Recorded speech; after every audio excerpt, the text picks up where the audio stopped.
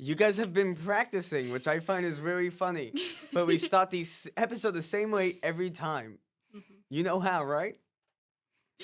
Yes. Trying not to laugh at All right, ready? Yeah.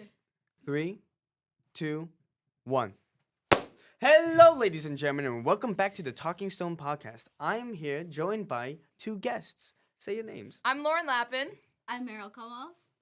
And they're on the show. I'm Scott, by the way. I mean, I'd hope you know me by this point. But to the new people, I'm Scott. Nice to meet you.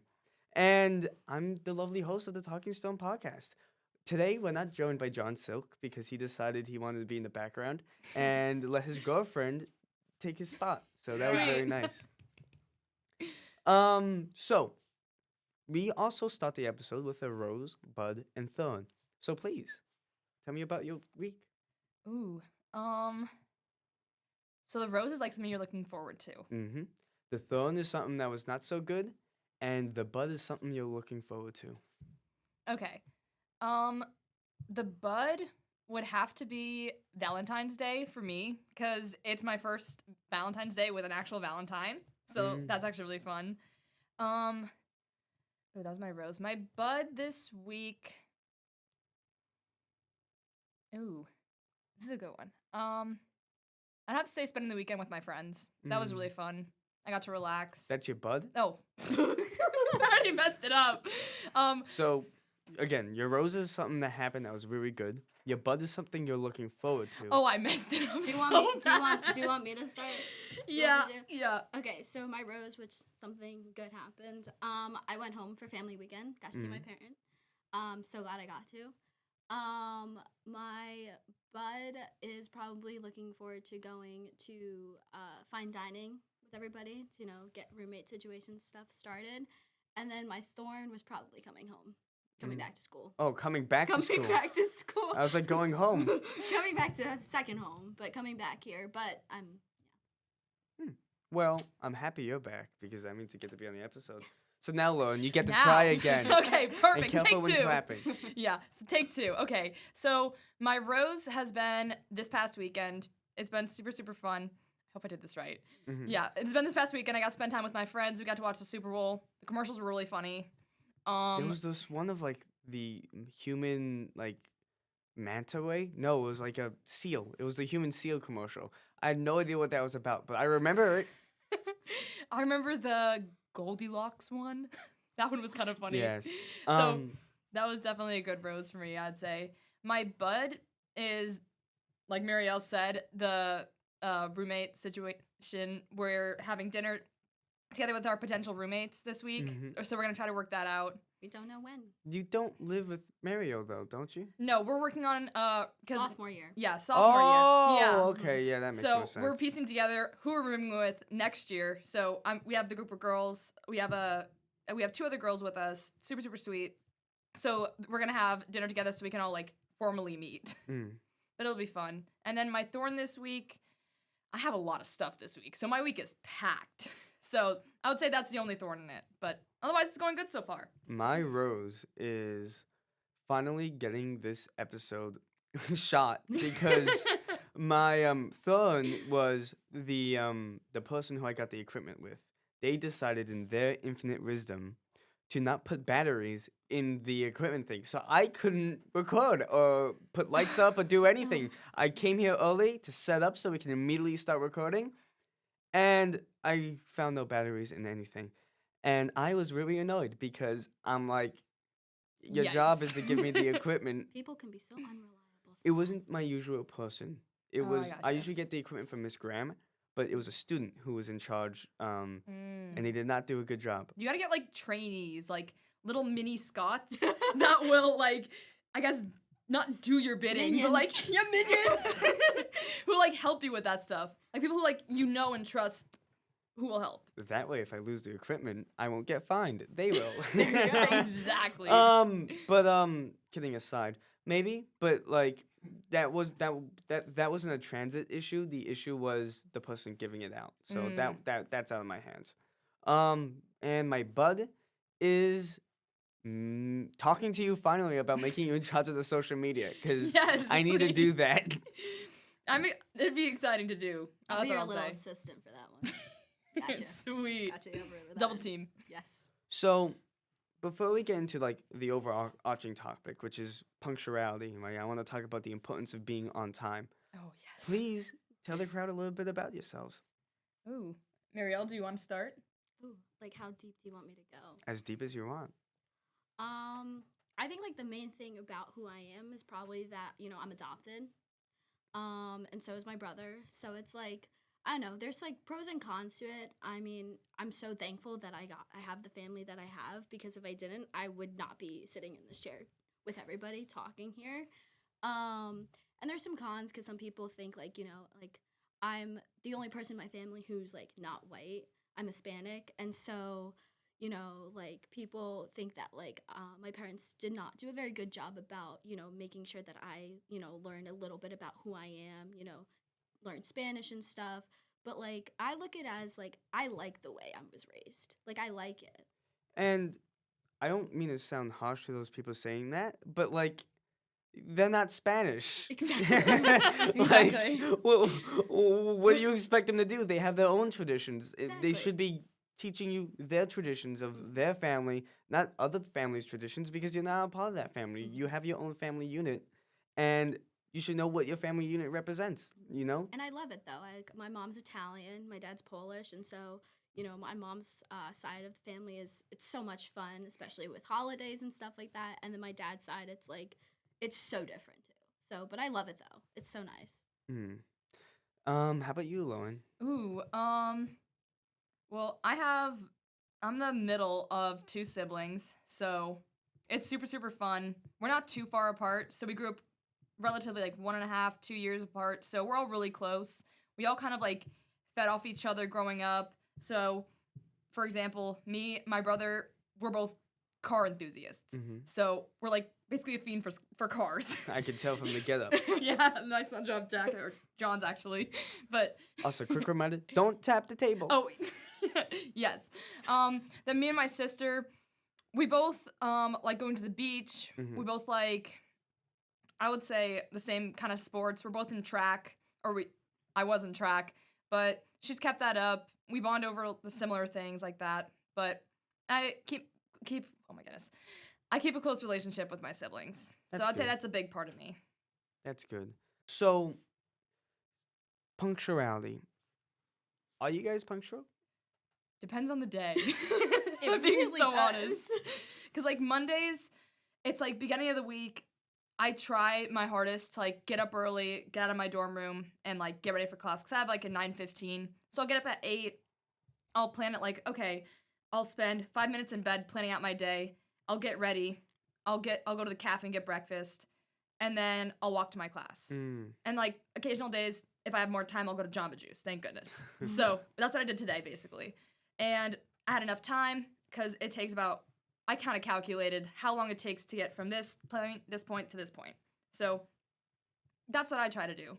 I think being punctual is very important because it's says more about you than anything else. If you're someone who can't be on time, then you're probably not going to get called. Yeah, and it shows respect to the person that you're meeting, too. Mm-hmm. It does.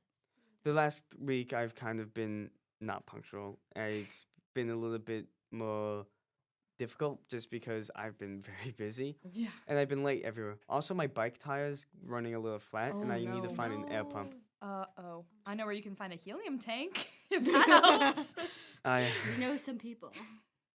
But I definitely do need to get like an air pump. That being said, I think it back to what I was saying about respect. I think it's definitely more so like something you need to do because it's a respect thing. Like if you make a meeting, you make a plan, you make a promise, that's your word and that's your bond with that person. You're saying I'm going to be there and you can rely on me to be there. Exactly. Mhm. Especially if you have a job, too. Oh, especially with a job. Your Yeah. employer, forget about it. You're late, you're fired. Yeah. Something my dad always says is proper planning equals predictable results, Mm-hmm. which I've love. And like I'm a good planner. I feel like I do an agenda. Me and Lauren try to go to the gym as much as we can, but her schedule is jam packed. But we do find a way. But I don't know. Like I feel like trying to be reliable is like super super important. My could you do me a favor? Yes. Could you move the mic in micro inch closer to you? Okay. I'm scared. Wait, I don't know if I'm doing it right. Like pull it. Like that. Mm-hmm. Is that good? Yes, much better. Okay. Sorry. No, you're so good. It's just I hear it cutting a little bit in and out. Okay. No, it's all right. You just need to project. I say sorry Use so your theater much. voice. Oh, that's scary. I don't mean to take us off topic. No, you're but good. You're good. In that, when I asked you to fix your mic, you said Mhm. something very, very interesting to me. You always say sorry. Why?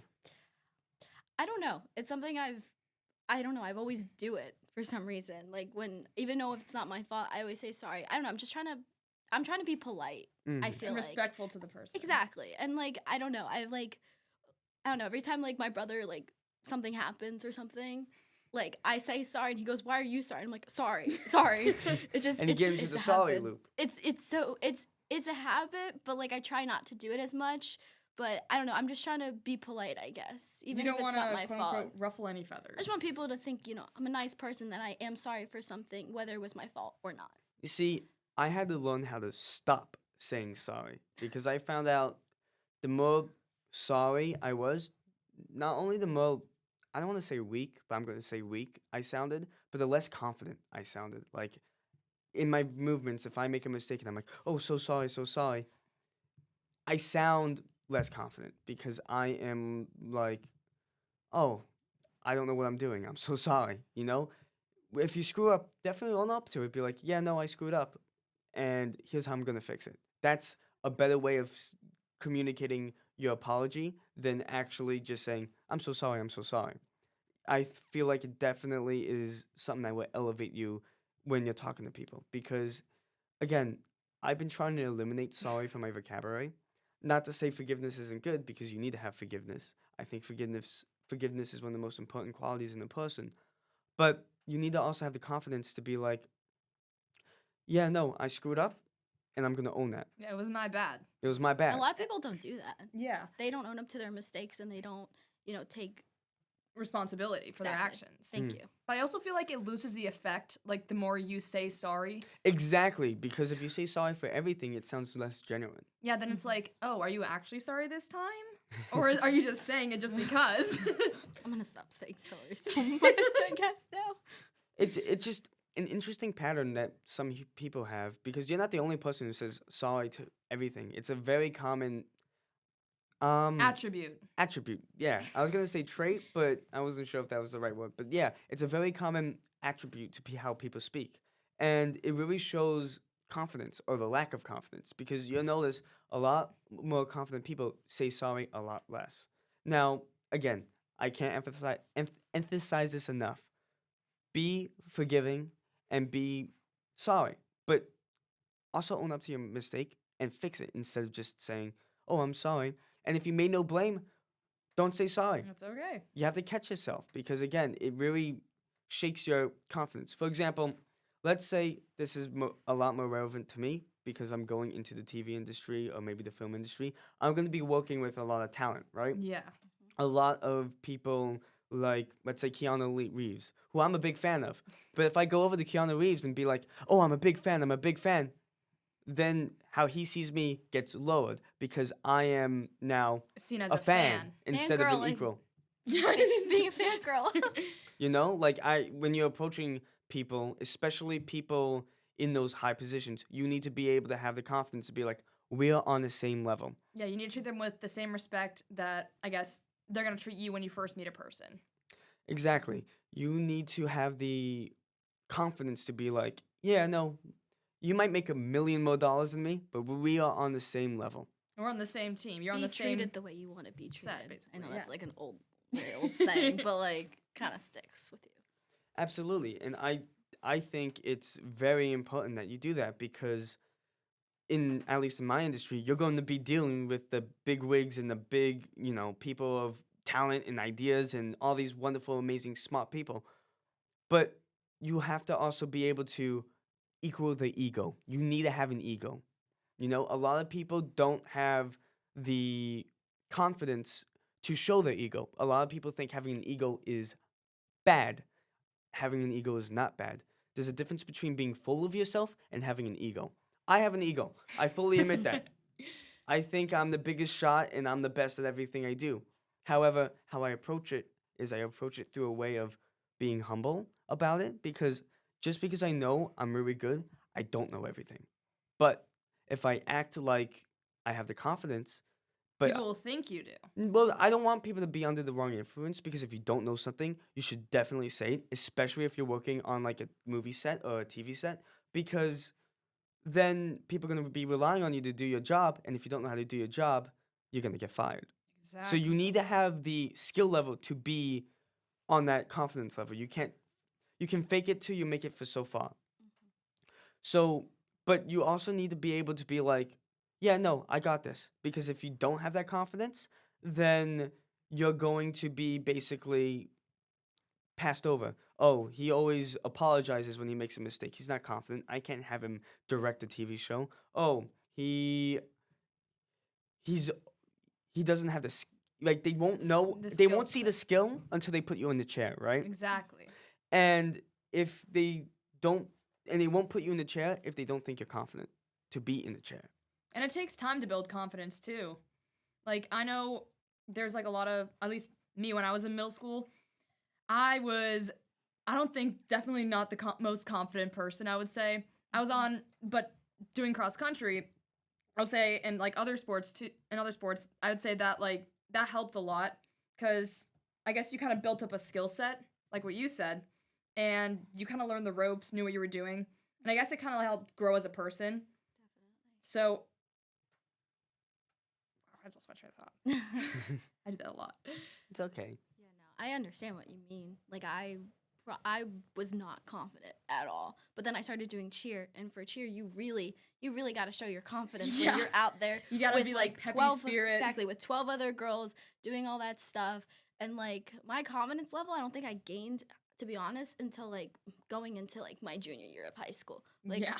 like if I could look back, the person sitting here would not be. They'd be really amazed Oh on how. my god! Yeah, this is such out of my comfort zone, but like I love it though. It's so great. You see, This is a new thing, yeah. you definitely. need to seek out uncomfortability. Too many people are too comfortable not being uncomfortable.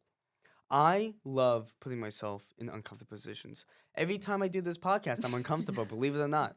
I am sweating, I'm nervous. I'm like, what am I going to talk about? Sometimes the pre-planning isn't good enough, and I'm like, shoot, and now I have to make up topics on the Yeah. fly.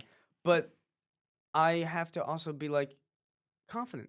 It's my podcast. I create this. I know the topics. I let the people on. I let people become co-hosts. I let people help me. You know, I have to have that confidence to be a leader, because I am a leader of, granted, a very tiny company of like 3 people, but all unpaid. But But you do a good job at it. Yeah, I- you really do. You own the podcast, so you have to be confident. It's like part of, I guess, the Who you show. are. yeah, like this is my first time doing a podcast. I have no idea what I'm doing. I'm kind of just taking, inspiration from podcasts I like for example, the Unsubscribed podcast. Love that podcast. But I need to be confident enough that I can lead people, and people would trust me to be like, hey, this might be his first time doing this, but he is confident, so I can trust him. It's your responsibility as a leader to have an ego. You cannot be a leader if you don't have an ego, and you can't be a leader if you don't have thick skin, because you're gonna screw up, and then your followers are gonna be like, it's your fault, even when it's not your fault. But they're gonna blame you because you're the leader, and you're gonna have to know how to take that. You know. We learned about this a bit in my business class with learning how to take the fault and being a leader. A lot of CEOs, they have to, if their company messes up, they have to like write a letter being like, oh, I'm so sorry that this happened, depending on the situation. But they got to own up that their company made a mistake, and whether it was them or not, but they have to own up to it. And that takes a lot of confidence, I would have to say. It's more than that. It takes skin. Like, you need to have thick skin to be able to handle that, because otherwise you're just gonna fall apart. Think about it. If if this podcast blows up, someone's gonna get offended. I hate to say it. People will always have opinions, People no will matter always what. have opinions, and they might tell me terrible things in the comments. if you're on YouTube, you know. If you're on any kind of online thing, you know what people say. And I have to be mentally prepared for that because, a lot of people say, "Oh, I don't care about the comments. I don't care about the comments." It still digs you, especially when Yeah. it's new. Like, I might be saying I'm prepared for it, but I know when I get the first negative comment and it's like, It's gonna it's you're gonna, gonna feel it. I'm gonna feel it because, I care about this, And you take pride in this. I take it's something you pride in look this. forward to. This is who And you are as a person. I want to make content that people love. Well, I can And tell you for a fact that we love it. Oh yes, we definitely do. okay, my head can only get so big. But it's very important to be able to take that take that criticism and not lash back because it's very easy to lash back. An example, in my choir, I'm the president, but I'm also technically in charge of my voice section in that choir, right? And one of my basses, they were crescendoing when they weren't supposed to crescendo, Oh. getting louder for those who don't know music lingo.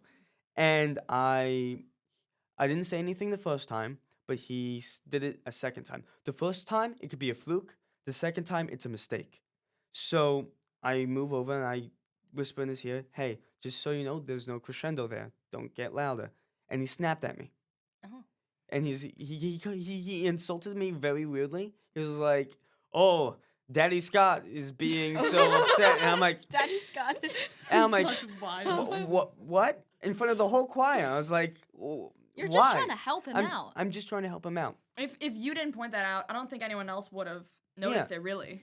because it's not their job. They're not in charge of that section. They're not the president of the choir. It's my job to make sure all my ducks are in a row and everyone's okay. And I also need to make sure they're performing at the level I expect of them because I'm supposed to push them. I'm supposed to challenge them. That's my job. And it was very disrespectful and honestly shocked me. It didn't shock me who did it. Like I'm not surprised in their action, but it shocked me that they were so confident that they could just call me out in front of everyone and Did he everyone say sorry? No.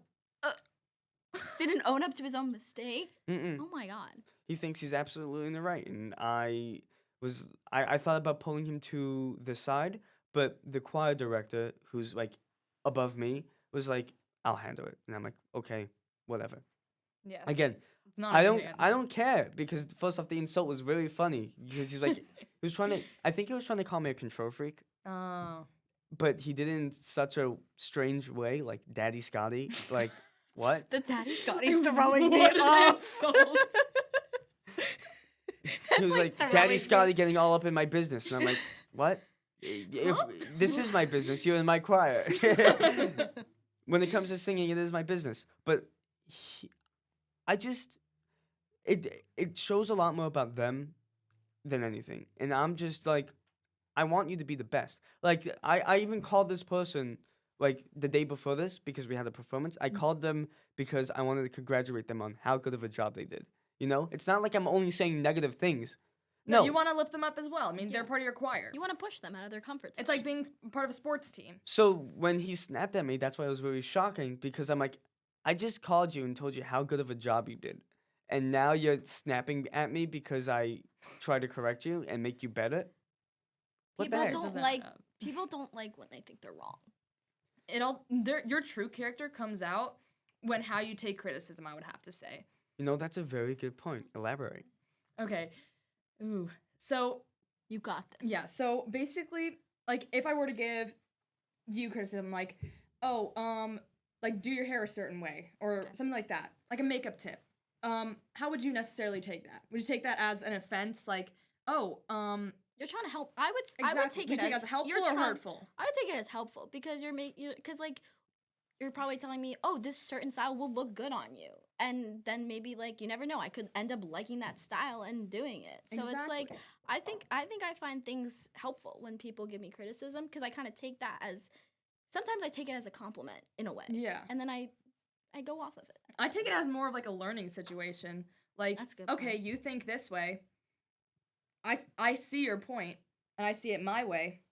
Maybe I can try it another way and learn from that in the future. Mm-hmm. Absolutely. Learning Like from your mistakes. I think it really shows who you are if you can take it well. And I was just shocked. So, I have a question. Yeah. Are you guys leaders? I would say in a way, yes.